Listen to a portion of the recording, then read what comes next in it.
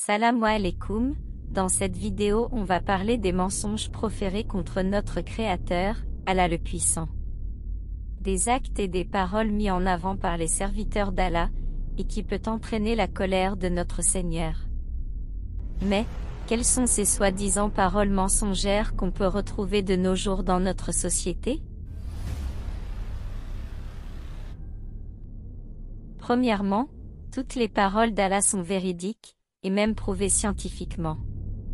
Certes, dans le noble Coran, il y a des paroles qui n'ont pas été démontrées, mais dont des signes le prouvent et qui restent vraies par la puissance de notre Créateur.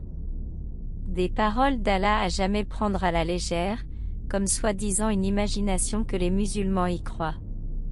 D'après Abu Huraira, le messager de Dieu, à lui, bénédiction et salut, a dit, Allah Tout-Puissant a dit. Le fils d'Adam m'a renié et il n'avait aucun droit de le faire. Et il m'a injurié et il n'avait aucun droit de le faire.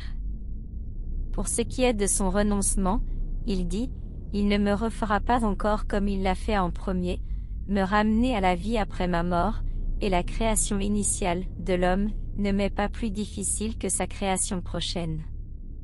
Pour ce qui est de son injure, il dit, Dieu s'est attribué un fils, alors que je suis l'unique, celui qui subsiste par lui-même. Je n'ai pas engendré, et je n'ai pas été engendré, et rien ne m'est semblable. Cela était aussi rapporté par Al-Bukhari, et en Nasaï. Des paroles qui ont été écrites 50 000 ans avant la création des cieux et de la terre, des paroles qui a été démontrées par la plupart scientifiquement, et qui a été aussi démontrée par les signes environnementaux. Décréter de mensonges, le jugement dernier ou bien la résurrection fait partie des énormes péchés à ne pas commettre.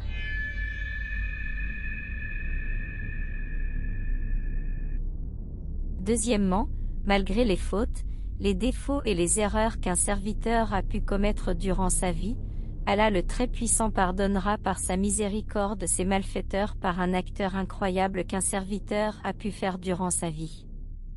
D'après Abu Huraira, le messager de Dieu, à lui, bénédiction et salut, a dit. Quand Dieu a décrété la création, il s'est engagé lui-même en écrivant dans son livre, qui repose près de lui dans son trône, ma miséricorde l'emporte sur ma colère. Rapporté par Muslim, aussi par Al-Bukhari, en Nasaï et Ibn Majah. Mes frères et sœurs, prenez en compte les paroles d'Allah le Puissant, et ne négligez pas ces derniers. Car elle est science et vérité. Rapprochez-vous de votre Créateur car à lui appartient le chemin du bonheur. Allah a'lam. Barakatullah alaykum.